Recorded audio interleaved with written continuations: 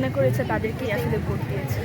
এক্ষেত্রে আসলে নারী ভোটাররা মানে বেশি ভোট দিয়েছে বা পুরুষ ভোটাররা তাদেরকে কম ভোট দিয়েছে, এটা তো আসলে সব হল থেকে মোটামুটি সাদিক কায়েমি বেশি ভোট পেয়েছে। আসলে চলে আসছে এবার কিন্তু তাদের টোটালি প্যানেল সহ সব কিছু কিন্তু তাদেরই চলে আসছে, আমরা দেখতে পাচ্ছি। তো এতটুকু কি প্রত্যাশা ছিল যে একটা রাজনৈতিক দলের সকল প্যানেলই সকলেই কম বেশি চলে আসবে? আসলে মানুষ যাকে যোগ্য মনে করেছে তাদেরকেই আসলে ভোট দিয়েছে। এক্ষেত্রে আসলে মানে ওনারা হয়তো ভেবেছে, সবাই ভেবেছে যে শিবিরের প্যানেল মানে ভালো, তাদের জন্য মঙ্গলজনক হবে আমাদের ক্যাম্পাসের জন্য, সেজন্যই হয়তো তারা তাদেরকে ভোট দিয়েছে।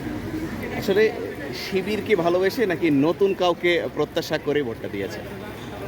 এটা আসলে মানে যার যার পার্সপেক্টিভ ভিউ তো চেঞ্জ হতে পারে। আসলে এটা যার যার নিজেদের ব্যক্তিগত ব্যাপার।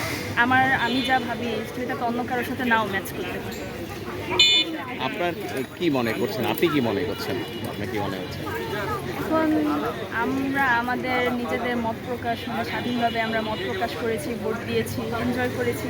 তো অনেক দিন পর আসলে এরকম একটা নির্বাচন হয়েছে, ভালোই লেগেছে।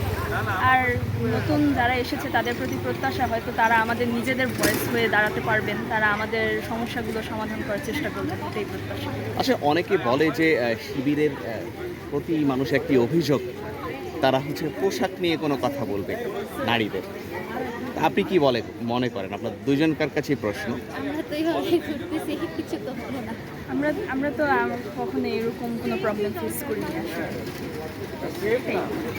আসলে মানে তারা আসবে আমাদের প্রতিনিধি হয়ে, তারা এমন কিছু আশা করি করবে না যেটা আমাদের নিজেদের জন্য বাধা হয়ে দাঁড়ায়, আমাদের সবার মত প্রকাশের জন্য।